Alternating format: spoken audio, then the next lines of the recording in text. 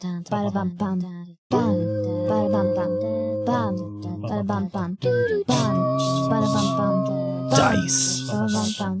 Rolls.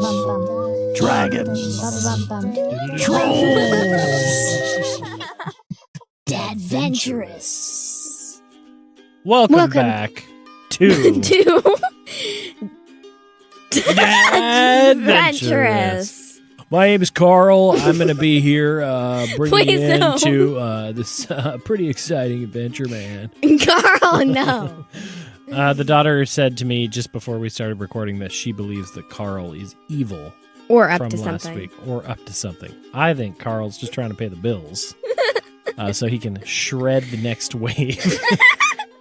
Pay the bills for his surfboard? Yeah, for sure. He's on the ocean, man. Anyway, I am the dad. I liked Flibbit voice better than Carl. Wow. Carl's your new NPC best friend. No. Welcome back. I am the dad. I am the dungeon master. I am the nonsense maker. And continuing on Act 2, I mean, of the story here. Yes, we're not Indiana Jones. Arc 2.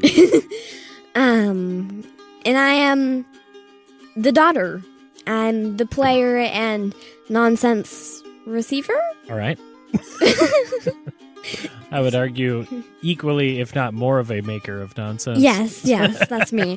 And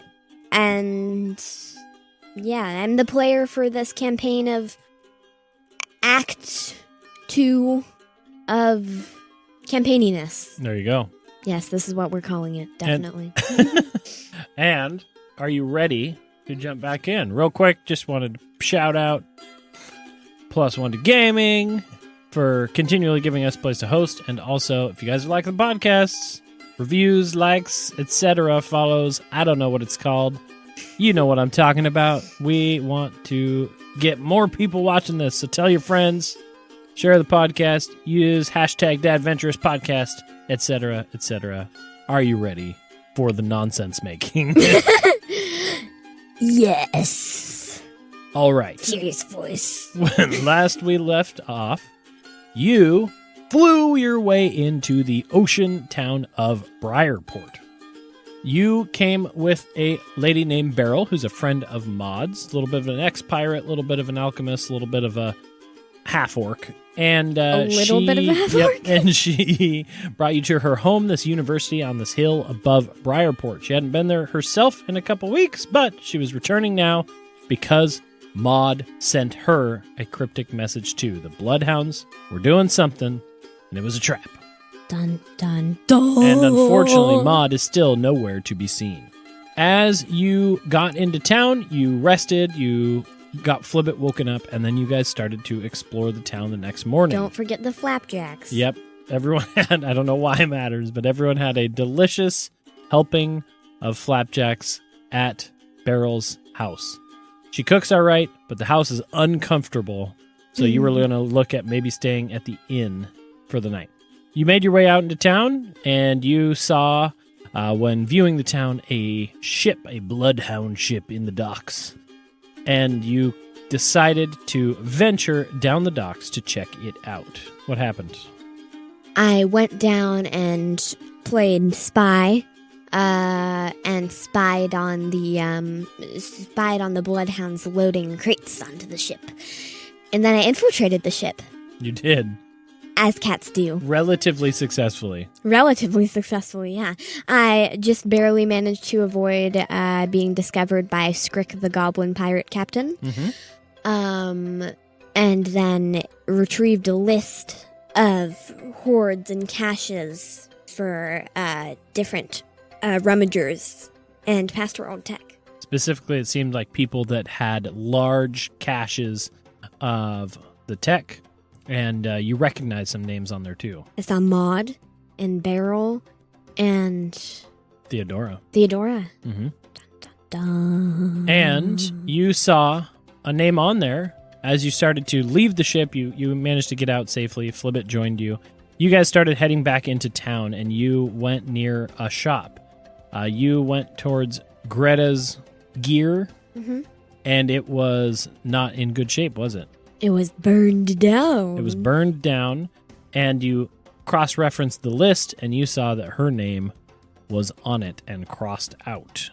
Dun, So, dun, dun. then you noticed another store nearby. You went in. It was Goods enough. Yep, it was pretty lame. It was goods enough. It was headed, or I shouldn't say headed. It was, the cash register was run by Carl, the surfer dwarf. And he was happy to sell you whatever you needed. And Man. you bought it, man. So you bought yourself a telescoping boat hook and an enchanted ball of yarn. Or I should say, a never-ending ball of yarn. Ta-da! A cat's dream. And then you bought the things, and as you looked down at your receipt, you saw that Goods Enough was a Bloodhound corporation. You're starting to learn that they are bad. They're official. They are a government entity in the town of Scarlet Hill, and perhaps outside of Map's Edge, things aren't as black and white as it seemed. The Bloodhounds do more than just rummage. They open shops. Let Carl run them. Which I sort of think this is a bad idea, as he told me his name was Carl about 10 times. Yeah, I'm Carl. I think from outside of the street right now, you hear inside Carl talking to someone else. And he goes, "Hey, I'm Carl, man. What can I get you?" And that's what you hear. Wow. Yep. So you're in the middle of the street. You were told tonight to meet Beryl at the Hawkbeak Inn at dinner time-ish, after the sun goes down. And for now, you can explore the town a little bit more. Let me know if you need a recap of where things are. I think I want to head to the city park, because Map's Edge never really had a city park. No, so. it didn't. Okay. So you start to head towards the city park. As you go past, that'll take you past Hawkbeak Inn, too. Yeah. So you walk past Hawkbeak Inn. It's lively. You can see through the front doors. You get a great smell, too, as you walk by the Hawkbeak Inn. Baked emotions? No, soups, chowders, seafood, that kind of thing. Goldfish? Huh? Goldfish? Goldfish. There's probably something similar. Ew. So you can come check that out with Beryl later. And so you go by and you probably see it's quite busy in here. This is a busy spot. You go past some other businesses. You go past like a clothing shop. You go past a hat shop, and you keep going and down into the city park. Okay, the city park is probably kind of interesting to you because you've been out in nature and there's nature all around. Mm-hmm. But, as you started to come into the city, there were a lot of buildings, a lot of houses. And this is a fenced-off park in the middle of the town. And it's very pretty.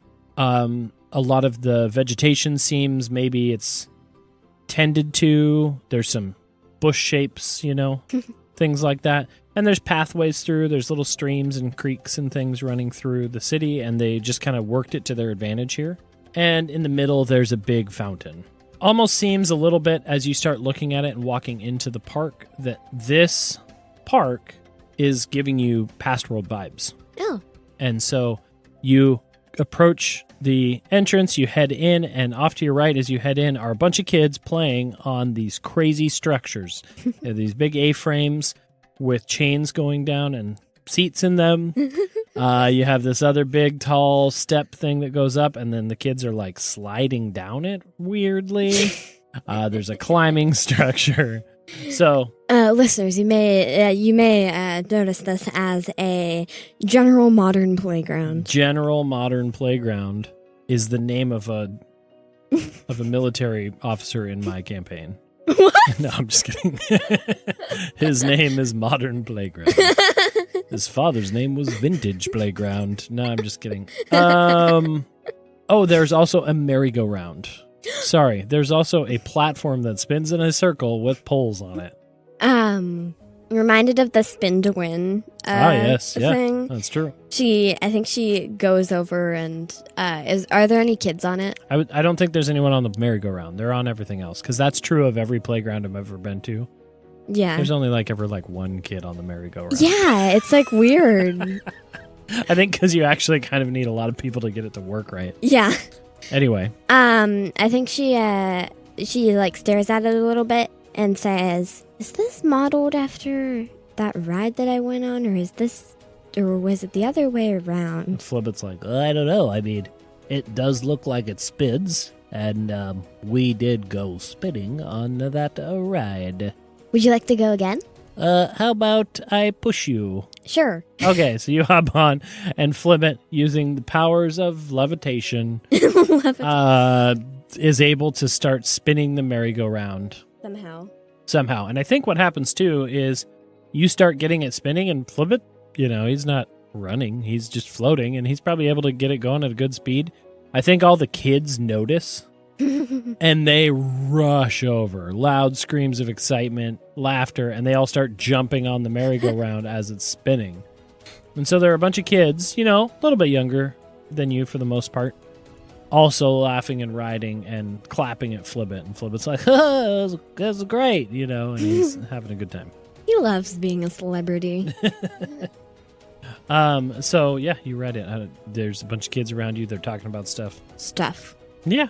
Just stuff. One of the kids, little tiefling kid, is going, this is crazy. And then there's another little gnome kid next to him going, we got to be careful so we don't get hurt, though. And then there's another kid going, did you guys smell the chowder at Hawkbeak Inn today? I think it's the coastal clam chowder.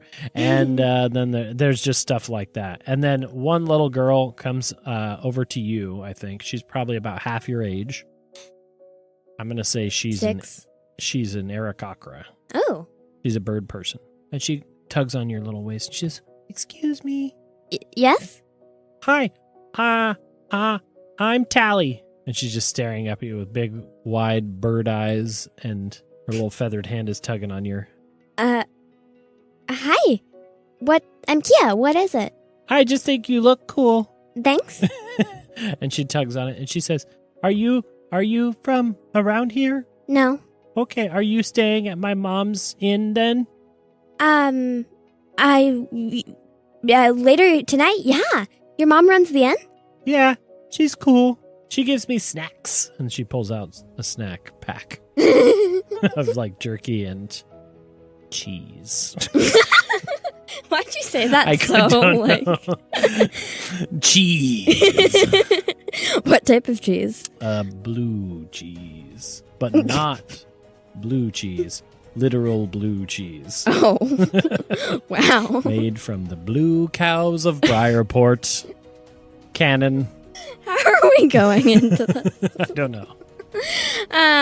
You look over in a field and there's a blue cow and it goes. This is adventurous. Yep. Coming from the blue cows of Briarport. Yep. So Tally kind of starts staring up at Flibbit too, and she's just enjoying it, eating a snack on a merry-go-round. On a merry-go-round. Yep. And she goes, yeah, if you're there later, I'll be there, and I can show you things. Well, thanks. I'll look forward to it. Okay. Bye-bye. And then she just stands still right next to you, but turns the other direction. I mean, you can't really go anywhere on a That's merry-go-round. So. But she very clearly said bye-bye and is just... I think I get off the merry-go-round. Okay. And explore the park a little bit more. Okay, letting Flibbit continue spinning kids. He's like, whoa, this is the most fun I've ever had. Look at all these kids. You realize you're not on it, right? I know. That's what's so fun about it. I like shake my head and walk around the park a little bit more. Maybe sit in the fountain or something. Yeah. You wander around. Like I said, there's a fountain. There is lots of beautiful trees. There's some people gardening. It seems almost like a town hobby. You see people come in. They maybe have a little flower patch, or maybe they're growing tomatoes and everything.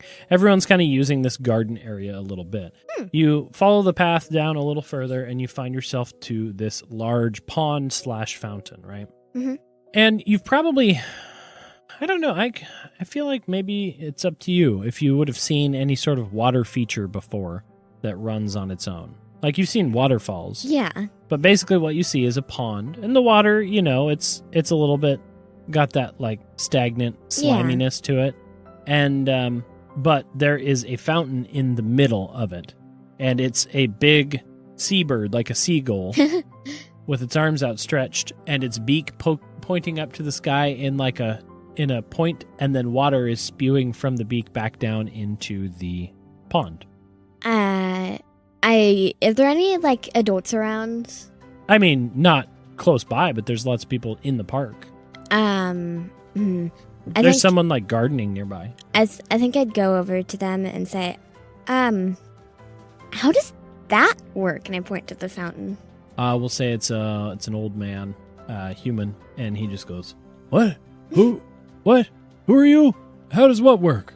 The fountain over there. Oh, yeah. That's past World Tech. Really? Yeah, I think so. Been here as long as I can remember. Really? Yeah. There's a facility down below. And he in the ground? Yeah, in the ground. And he points to like a hatch that's on a metal hatch on the ground in the pavement. He goes, "Pavement?" "Yeah, kind of. No. I mean, like around the statue, concrete, it's whatever." He goes, "Yeah, no, down there. There's somebody that makes sure it keeps running, but I'm pretty sure it's past World Tech. It just cycles the water back up and through." Cool. Very cool. I'm going to go farm potatoes now. And he turns and farms potatoes. Oh, wow. So there's just people that like say bye and just don't move. Maybe that's a thing of Briarport. I don't know. It's what's happening now. Okay. I think she just shrug. Is the grate like see-through? No, it's like a metal plate. Okay, never mind. There's a little hole for the handle. Oh, but no. Yeah, and I think if you go over and inspect it, you probably can hear like motor whirring, like that sound of something happening down there. Okay, I think she goes over and looks at it and says, "Past World Tech, huh? Cool." Yep, and I mean, if you wanted to peek through the little handle hole, you could. Yeah. Okay, go ahead and make an investigation or perception check. Investigation or perception, you said? Mm-hmm. 16? 16. Okay. It takes you a second to get your eye to adjust to the dark. Mm-hmm. But as you start to like look down there, you notice that there's a ladder going down to a graded platform. And there's water underneath here too. Oh. And there seems to be, some sort of machinery down here that is cycling the water. Oh.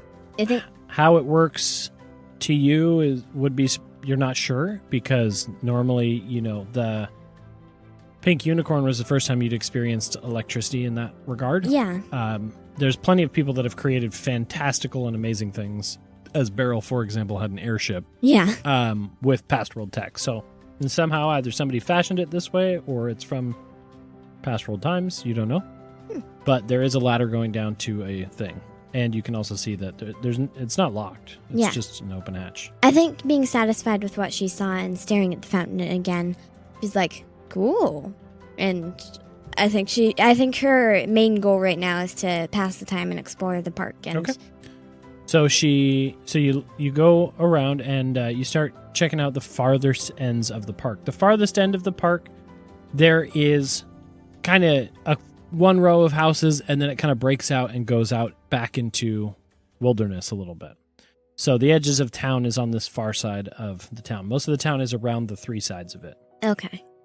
As you explore this backside, the trees are a little thicker and denser. You probably see some deer. You probably see, a rabbit jumping by, things like that. It's not the rabbit, is it? Yeah, you can see that it has kobold saliva on it, but it escaped cleanly. And so, you explore the park for a little bit and kill some time. Is there anything specific you want to be doing, or are you just trying to kill time because we can jump forward if you want? Kill time. Okay. You wander around, maybe you check out some trees, and for the most part... I probably climb a tree and lounge up there for a little bit, and then... Okay. I mean, get to do that. Yeah. Go ahead and make me a stealth check. For a tree. You climb up in the tree. We'll say this. You clamber up in the tree, and you get up, decently high, and you get kind of a nice view of the park. It's really pretty. It's really pleasant. That warm air with a gentle breeze coming through. Start dozing off like a cat up there in the branches, and you inherently are very quiet. Okay. 8. Well, believe it or not, I rolled a nat 1. And so, maybe you didn't mean to. Maybe you meant to. I don't think We'll I let you meant to. decide. But you wake up from the cat nap you were taking. I don't think I meant to. You didn't mean to. And so it probably surprises you a little bit. It's definitely getting more towards like evening now, right? Yeah. You took a 2-hour little cat nap. And as you come to and you stretch and you're sitting there for a second, you hear voices down below you. At first, you probably don't think anything of it, but then you hear a familiar, "What do you mean she was here and now she's not here? I don't understand what you're talking about." I flip around on the branch and look down. Look down. You see Scrick and one of those Bloodhound orcs chatting in the park. And he goes, "Well, I don't know. I was following her, like a couple hours ago. I couldn't follow her anymore. She was gone." And Scrick's like, "You're all worthless. New girl shows up in town, and all I ask is somebody to keep an eye on her, and you guys can't even manage that." And he storms off, and the orc sits there and leans up against the tree like, "Man." And I'm just up here. Yep, and that's what you hear. Okay. Does he show any sign of leaving? The orc? Yeah. If you wait, sure. But right now, he's just down there grumping. I think I'd stay up here. Maybe try to be a little bit more contoured to the branch. Okay. But isn't that... Yeah. I want to stay here and wait until he leaves. I don't really think you need to make a stealth check if you're going to stay there. Yeah. I think you wait, we'll call it 15 minutes. And he goes, "Oh, I guess I ought to get back to work." And starts meandering back. And so you know that a few things you learned from your adventure on the ship. Number one, the ship was going to leave tonight after it had another load of crates come in the evening, Yeah. right? And you know that for whatever reason, whether it's you being on the ship or you being a customer at Goods Enough, people know that you're from out of town and the Bloodhounds are trying to seek you out and keep an eye on you. I think once the orc is out of sight, she climbs down from the tree. Flibbit is still showing no sign of... Yeah, I think you climb down from the tree and you start making your way back over to the playground, and it's like a whole new set of kids on the merry-go-round, but he's still pushing kids on the merry-go-round. Probably also like one adult. Oh, really? Yeah, I think so. There's a guy named Brad. This is improving names on Deadwood. Yes, I wish Carl was here. Wait, Brad works at Kids Enough? No, but Brad and Carl are roommates.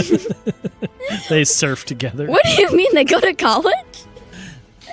No, they're surfer kids. They work part-time jobs and surf, and they're off time. I don't know. I don't know what I'm doing or what I'm talking about. I don't know why you expect me to have reasons. This is improving on Deadventurous. Yep.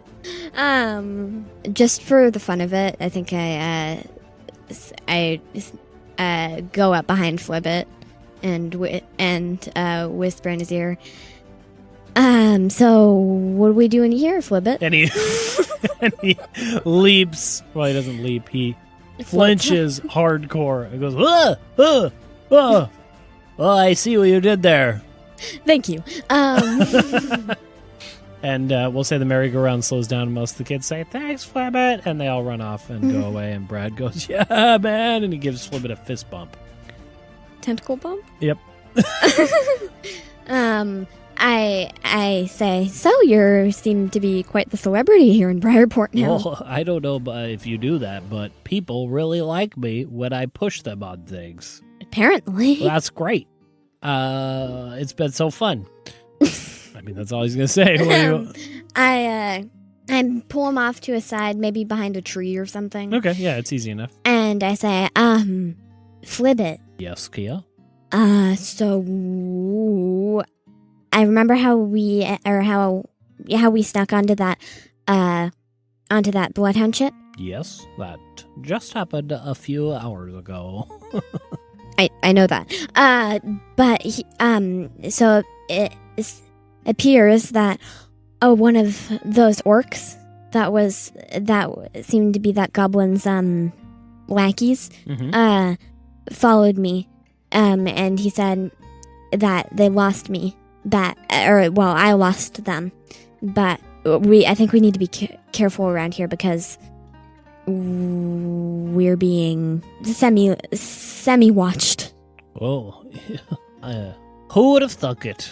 I'm popular at the playground, and you are a threat to the Bloodhounds. Maybe. I don't know. Okay, so what do you suggest? Do we need to get to Beryl? Should we get back to Beryl and talk to her about stuff? We should go to the Hawkbeak Inn, I think. Meet Beryl there. Sounds wonderful. After you, Kia? He's so formal. Yeah, I don't know. I'm just being weird. And I think I probably take a shortcut through the trees just to Okay. Yeah, you're able to further throw off. Able to further throw off pursuers and go to the Hawkbeak Inn. Okay. Yeah. You guys make your way back to the kind of outskirts. You probably remember where the Hawkbeak Inn was. Yeah. There's an alley behind it, so you're probably able to go to the far side of the city park and not the main street. Yeah. And kind of approach it from the alley. Can you go ahead and make me one more stealth check? 19. 19. Okay, good. You and Flibbit are able to make your way pretty easily over to the Hawkbeak Inn. As you approach, you get that wonderful smell of chowder and, cooked fish and potatoes and all that stuff. Loud ruckus noises, too. You approach from the back of the building. You notice that there is a kitchen door on the back of the building, and there also seems to be a side door entrance on the side of the building. Or you go all the way around to the front door. And the kitchen door is open. I think I notice that the kitchen door is open and say, wait here, to flip it and go over. To the kitchen door? Yeah, not going in, but Okay. just peeking Yeah, inside. you peek in and you see there's a cast of people here. There's of all varying races and sizes. There's a dwarf, there's a goblin, there's a half-elf, etc., etc. There's probably at least one. Maybe the main chef is this Leonin lion person. And right at about that time, you also notice, just by peeking in, and Arakakra bursts through the door. She's dressed in a dress, not formal, but kind of nicer looking, Yeah. but with some stains on it, and has a apron on. And she whirls in and she picks up a couple dishes and she pecks the Leonin on the cheek with a little kiss, and then she whirls back out into the thing. And That seems like it would hurt. well, She has a beak. yeah, that's true. He seemed to appreciate it. And you can see the resemblances of little Tally and this person as she goes back out into the main part of the inn and tavern and serves people. So this must be the lady who runs it. Okay, I think I back out, not noticing anything of interest, and we circle around to the front door. Okay. You circle around to the front door. As you are coming around the corner, standing by the front entrance is Beryl. And she kind of gives you a nod. And she goes, "Hey, you ready for some food?" Yeah. All right, let's go in. Fiona is the lady who runs this place, and she's pretty all right. I met her daughter in the park. Oh, you met Tally? Yeah. Yeah, little whippersnapper. She said she showed me her snack box. That kid sure does love snacks. I don't know. And you go in, and I think Tally is actually running the front of the restaurant. She's 6. She's 6, yes, but she's adorable, and Oh. people don't get mad at adorable people. Nah, Adorable yeah, that's kids. true. So she comes in, she goes, "Hey, hi Kia. Hi, Tally. Are you here so I can show you stuff? Yeah. Okay, come this way. We can find a seat, and I can show you the table where I like to hide food in the benches and draw underneath the table."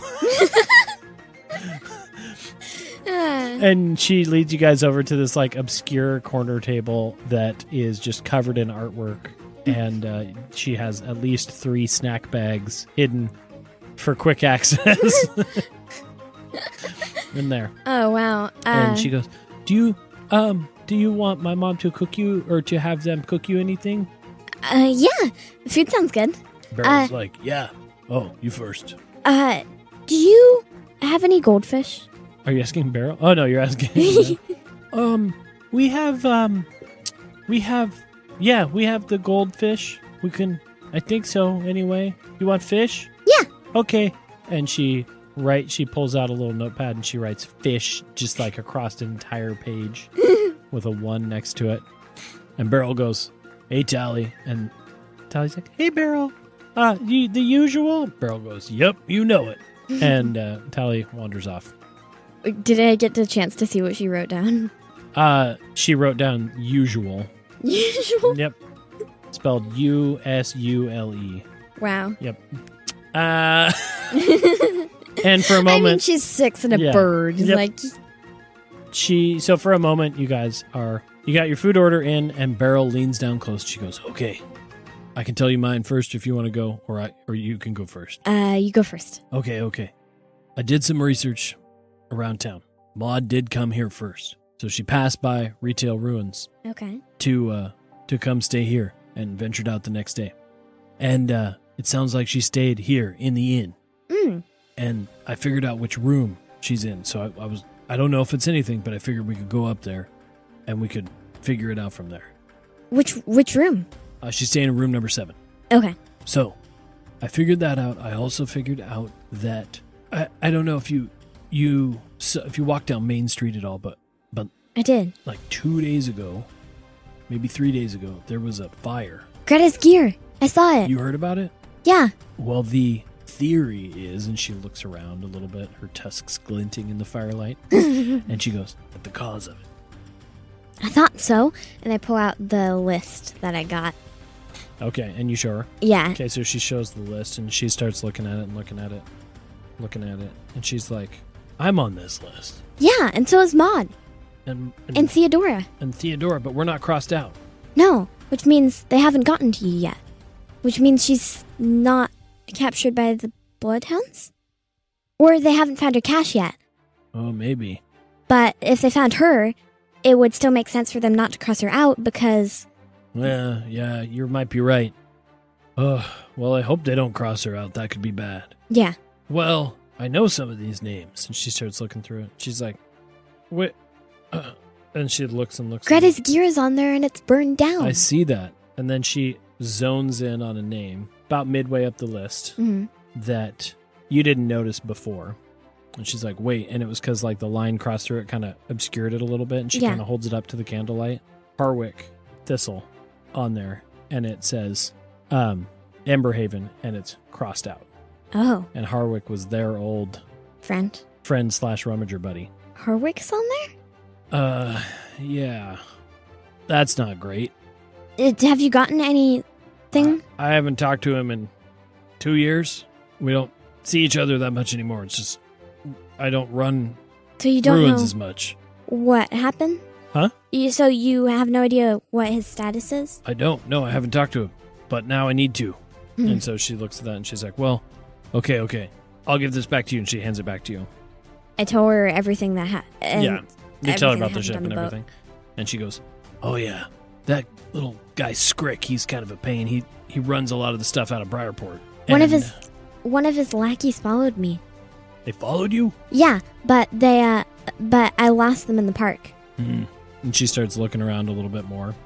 And she's like, well, maybe we ought to go check that room quicker than later. And maybe it's not such a good idea for you to stay here tonight. Why? I lost them.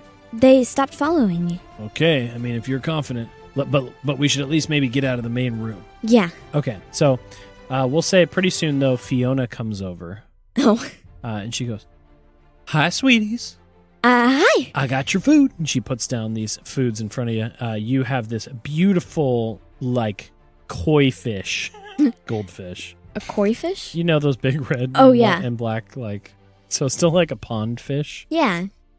But it's like seared and beautiful and lemon slices and it looks delicious. And then Beryl's is just a live lobster with a boiling pot of water next to it and some butter. Really? She cooks it herself? She cooks it herself. Wow. And she goes, I heard you met my daughter earlier. Yeah. Tally. She's sweet. She took our orders. She did. She is the sweetest little girl. And you look over and Tally's like leading some other people to another table and just like waddling along. And I appreciate you playing with her today. Thank you. And she gives you a little nod. Is there anything else I can get for you guys tonight? I turn to Flibbit and say, "Are you getting anything?" Nope. I am still rocking those 17 flapjacks I had this morning. Okay then. No, I don't think so. Right. I was completely distracted by the fish, and I say, after we eat, could you show us room 7? Do you want to get a room? They're 5 silver. You look over at Beryl. She's like, gives you a Yeah. little imperceptive nod. Yeah. Okay. That'll be 5 silver. And Fiona takes it. You pay it, I assume. Yeah. Takes it, I assume. She's like, room 7. Okay. That is a nice balcony view, too. It should be a nice night for it. Well, I'll be back with some waters. And unless you want something else to drink. And we can go up there after that. Okay. And I whisper to Beryl, balcony room? Yeah. Balconies are like prime escape spots. She could have had that room for a reason. Maude, Yeah. hopefully nobody stayed in there since. Go see if anything's going on. Yeah. After this. And she starts cooking her lobster. I just say, how do you know when to pull it out? You pull it out when it stops wriggling. Please send us a comment that says if this is the actual proper way to cook a lobster. I have absolutely no idea, but I do know you boil them. Then she just dips it in butter, and I think she eats shell and meat. I just say, I just think to myself, like, her tusks must help crack that. Oh, like, yeah. how? Her tusks are tearing into that thing. And your fish is delicious. Yay. It is amazing. The chef is very good at what he do. And maybe he speaks like this. A lion that speaks. Actually, that is kind of believable. Yeah. A lion with an Italian accent. Yep. And then Fiona comes over and she's like, after you guys finish up your meal, and Beryl pays for the meal. You paid for the room. Mm-hmm. It was like 2 silver. And she goes, okay, you guys ready to go up to the room? Yeah. Okay. Right this way. And it's starting to die down a little bit. You don't notice anything as you start going on up the stairwell. Yeah. You go up the stairwell and you pass by the first flight. It has rooms 1 through 4 on it. And then you go up through the next flight of stairs and it's got rooms 4 through 8. So this is small inn. I mean, it's got 8 rooms. Yeah. It's decent for what's in here. You definitely get the vibe as you're coming up here. The rooms are a little lesser used. It's more of a tavern restaurant kind of vibe than it is an inn. Yeah. And so I think probably like there's someone in room like 2 and there's someone in room like 5. Okay. But that's it. There's not a lot of people actually staying in the inn. It's more of like a tavern that you can stay at than an inn. Yeah. It's the Hawkbeak Inn and Tavern, but the inn part is a little bit outdated. And, it's probably a little dusty up here, especially on the top shelf. Most of the time. Top shelf? Or top floor. Most of the time she probably just has people stay on that first level. Yeah. She's like, yeah, no, as she's taking you guys up. Yeah, room 7. It's been popular lately. Is there a reason you guys wanted room 7? I had somebody in here last week that wanted room 7. Really? Who? Oh, some elf. Nice enough lady. She was here last week. Has anyone stayed in the room since? I don't think so. I mean, I would know so. I run this establishment. Nope, no one stayed here. And I say, did the elf give you a name? Started with an M. Exactly. Maude? Oh, yeah, Maude. Yeah, no, she's sweet. Actually, now that I think about it, and she looks over at Beryl, she said she knew you. She's like, oh, yeah, no, me and Maude we're good friends, and unfortunately, Fiona, she is missing. And Fiona goes, oh, my. I say, yeah, we just thought room 7 would be nice, because we've heard it has a good balcony view. Okay. And she guides you up to the 3rd floor. And as she's kind of making small talk, and she gets out her little set of keys, she starts detaching one for you, and she goes over to open the door, and she goes to open the door, and you guys are kind of standing in the hallway next to you, and she goes, well, that's odd. What? And you look, and the door is busted open. Oh, I say... But it's cracked now. Yeah. But the lock and everything is locked. And she's like, I'm sure I locked it. I guess I haven't been up here since your friend... You said she's missing? Yeah. She You haven't been up here since a week ago? Well, she paid a week in advance, so I didn't really have reason to come up here. She paid a week in advance? Yeah, that's pretty common. As in she reserved it, but did she come in here? Did she come in here? Yeah. Did she come in like through the door, through the main building? For the first couple days, and then I hadn't seen her in a while. I just assumed I was missing her in the night. And you're sure? Did you hear anything up here? No. You didn't? Like on those missing nights? I don't recall anything. And Beryl's like, Kia. What? And she keeps nodding her head to the left, towards the door. I'm saying, here, we'll take it from here. I can help. If the room's busted up, I can help fix it. Oh, I mean, you don't have to do that. I could come in there and help too. It's Does my she open the door? establishment. And I think right at that point, kind of being the time she opens the door.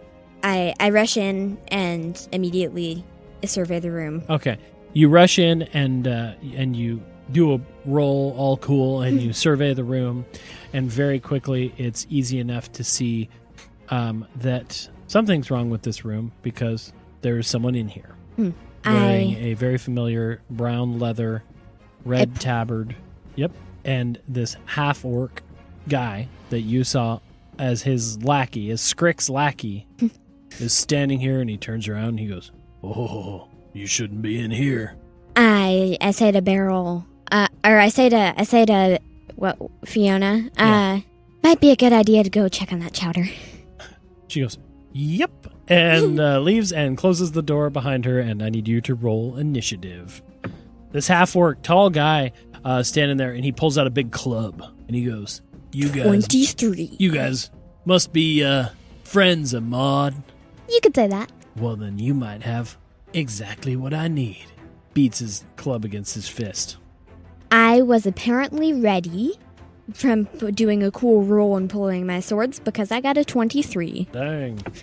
Well then, he pulls out this club, and it looks like he is going to fight you guys. So what would you like to do? How far away is he from me? Like 20 feet, maybe. 15, maybe. It's a not small a big room. Yeah, it's a small room. I'm going to, I believe for the first time, I want to get rid of this guy. He's been following me. He messed up Maude's room. Yeah. I'm going to Hunter's Mark him. Nice. So a little innate thing where you use your Horizon Walker ability / we'll call it like your tabaxi cat eyes to keep your eye on him and start looking for very specific weak points on his body. I believe that's a bonus action, though. Yes, it is. Okay. So, but I can still. Yeah. Okay.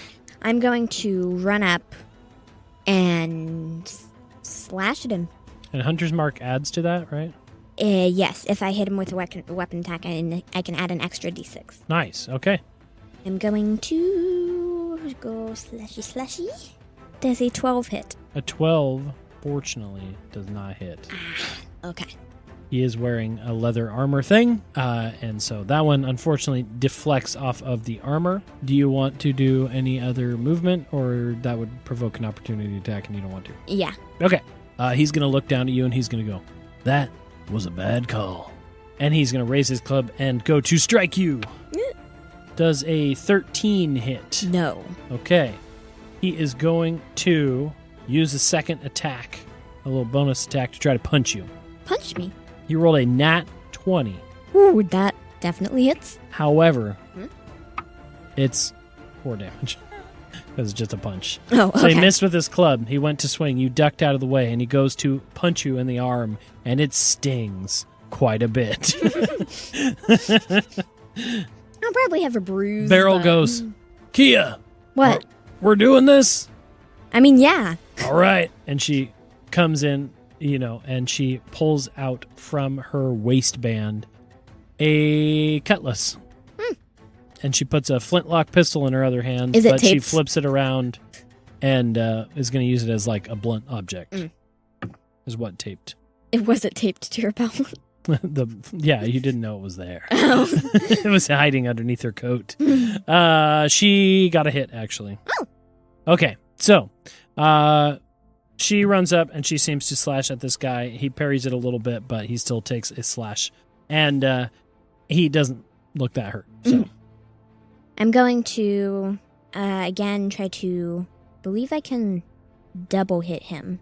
Oh, okay. I'm gonna try to slash him, and then I'm gonna try to claw swipe him at him. with your cat claws. Go ahead and make your 2 Retractable attack claws. rolls Okay. First, for my does not hit. for your claws Uh, or your sword. Okay. claws. Oh, you know what? Does not hit. Hang on. I forgot Flibbit. Oh. So let me backtrack and let me have Flibbit's turn. Okay. Flibbit is going to scream in fear, as he often does. Kia, I just want to be on the merry-go-round. And he runs. You didn't even go on it. You know what I mean. And, okay, I think he is going to actually do his guidance cantrip on you. So you get the extra d4 to attack rolls. I'm going to... Or no, it's ability check, not attack rolls. Sorry, ability check. Oh. For you. And then he is going to move to the corner of the building, or of the room, and stay out of sight and be ready to heal if need be. Now you can roll your turn. Okay. The 15 hit for my 15 does hit. sword. Okay. Go, whatcha? And get to 9 damage. Nice. Because I get to roll 2. And, swipe at him with my retractable With your claws. All right, go for it. 14? 14 also hits. Yes. That is the armor class. 5 damage. Dang, nice. Neat. I have sharp class. Okay, and he stumbles back a little bit on that last slash attack, and he goes, ugh, and then he stumbles towards the balcony, and he goes, "This fight is unnecessary if you just give me the information I need." What information? I can't give you it if I don't know what it is. Where'd she store it? Does a 21 hit you? Yes, it does. I'm not level 20. I'm level 40. He reaches out with his club and he goes for a thwack attack.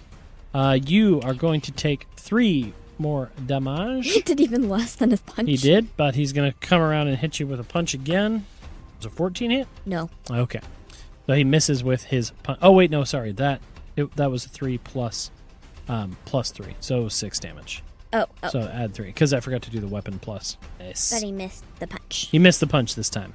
So 6 more damage. And I'm going to say, he's going to stay in the room for now. Okay.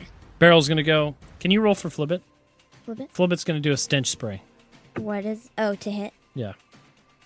What's the plus? It is a plus 3.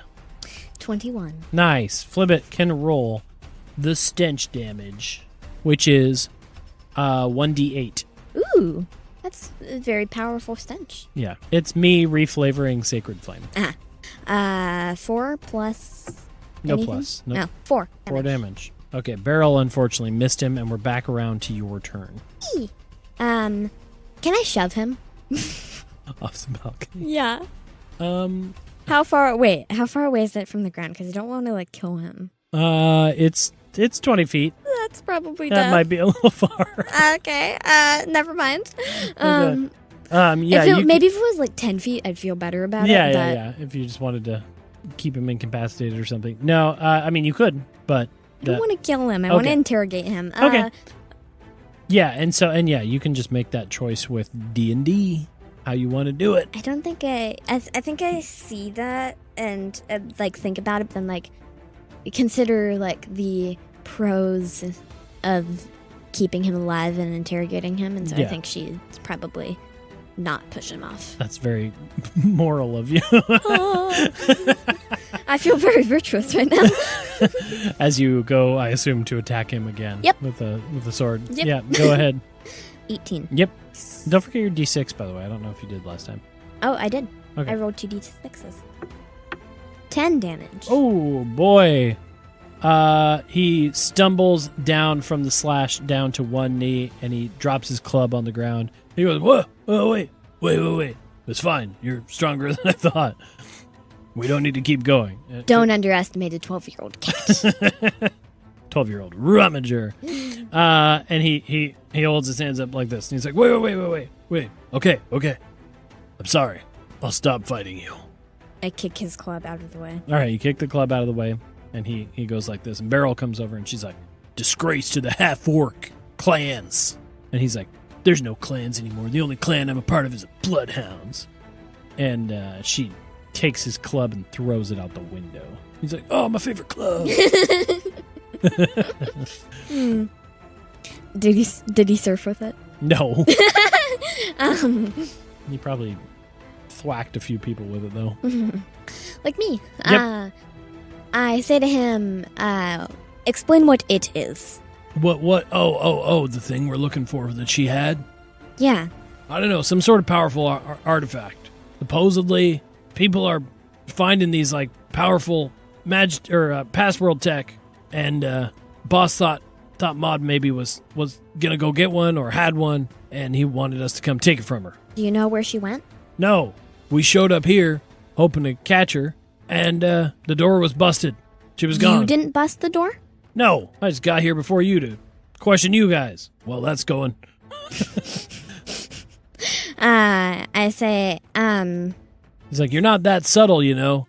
I saw you down in the tavern, and I saw you out on the street. Because you rolled 2 really bad stealth checks. yeah, I did. I say, He didn't say that part, though. I say, well, you can't be subtle when you're eating fish. I am, Beryl nods. She's like, yeah, I know. I was crunching that lobster pretty loudly. I say, thank you, Beryl. So, you don't know where she went. No. The door was busted before you got here. Yes. Did your boss give you any more details? No, he just told me where she was currently and what she was doing. So we got here as quick as we could, and she was bouncing around. She was at Map's Edge, and then she was coming here, and I don't know. Apparently, she had some sort of deal with somebody to find big magic artifacts. Boss doesn't tell me much. He usually keeps the big plans for himself. Is that Scrick? Or No. Not Scrick. Mr. Scrick is, well, he's higher than me, I guess, but he ain't the boss, no. Is that him, Mr. Bloodhoof? Yeah, obviously. I just like said Mr. Bloodhoof, like very like unsure of whether I should call him Czar Bloodhoof, Mr. Bloodhoof, or Oh, yeah, I don't think anyone noticed. Mr. B. Mr. Bloodhoof, he goes, yeah, of course. He sent us out to find as much as we could. For reasons unbeknownst to... I'm not telling you nothing. Okay. I point my sword at him menacingly. Nice.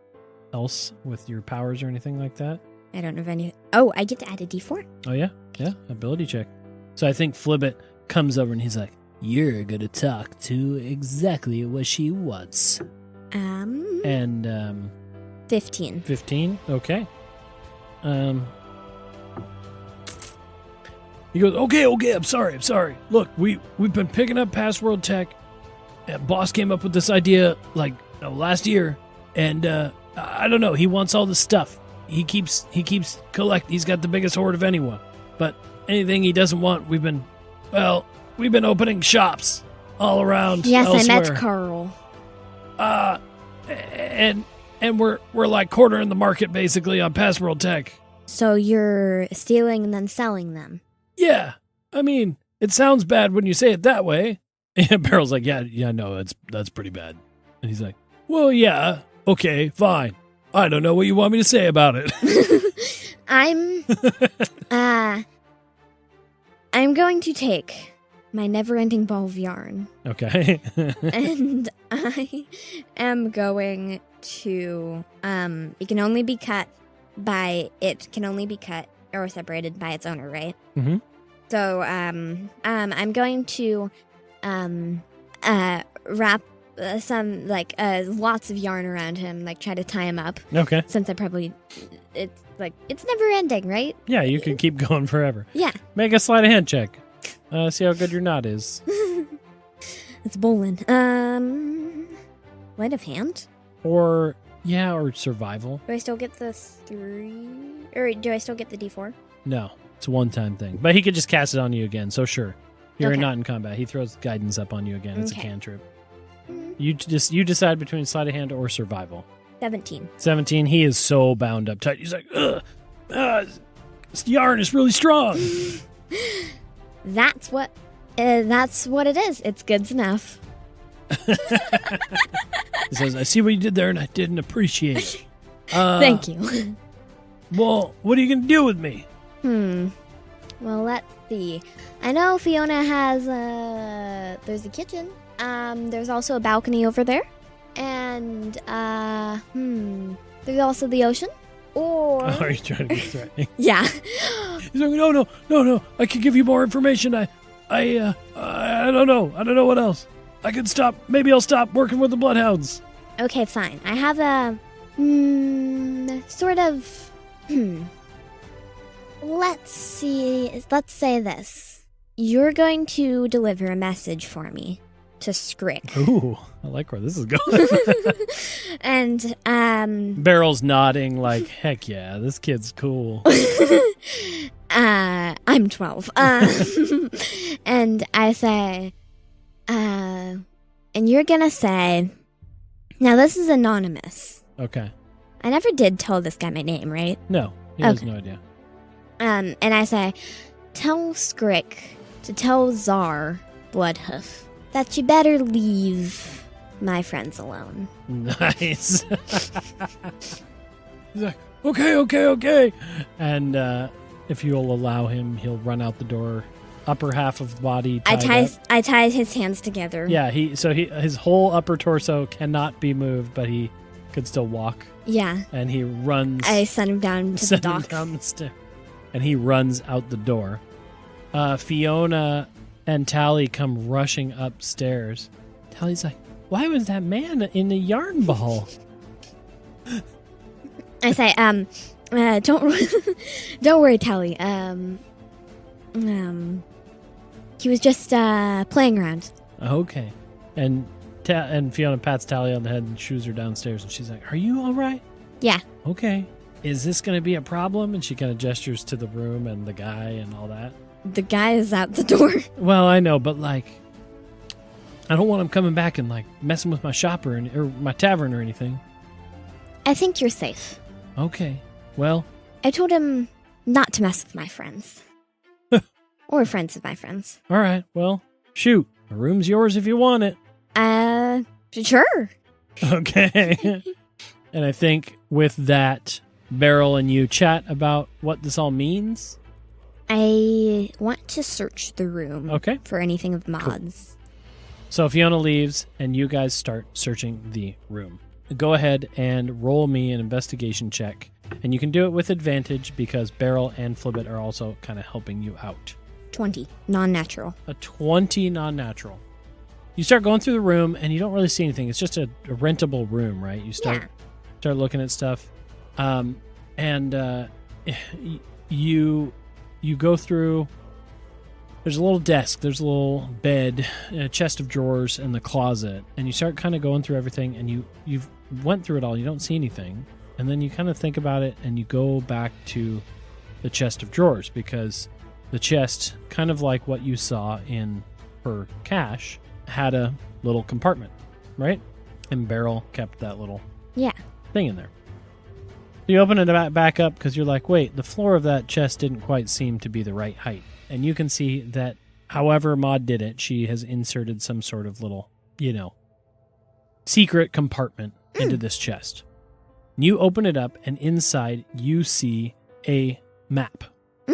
And you open it up, and you look at the map, and it's a marking to from Map's Edge to Briarport, and then from Briarport to Retail Ruins, right? Yeah. And then written on with a big arrow to Retail Ruins is is the words observed at distance, trap possible, reevaluate.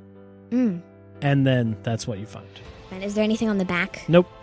Beryl's like, what do you think that means? She knew there was a trap? She said reevaluate. Maybe she never went to Retail Ruins. Huh. Well, crud. And that's what we're end all session. Wow. Just ending it with crud. Wow. All right. So serious. Continuing on the adventures of what happened to Maude. Ounce-taker? Did somebody else? Where is she now? Did Beryl cook lobster correctly? Yes, please send us. Please post a comment on something. Know. Comment us your lobster recipes. All right, that is all. I don't even know if I like lobster. Yeah, I don't know. It's been a while since I've had it. All right, folks. Anyway. Thanks for joining us again on Dadventurous. I was the dad, leading you through a whirlwind of, for some reason, very similar sounding characters. And I was the daughter, leading you through a whirlwind of threats and merry-go-rounds. Threats and merry-go-rounds. Ooh, that's a good episode title. Yes. All right, we will see you all next week On Dadventurous. Dadventurous. Bye-bye.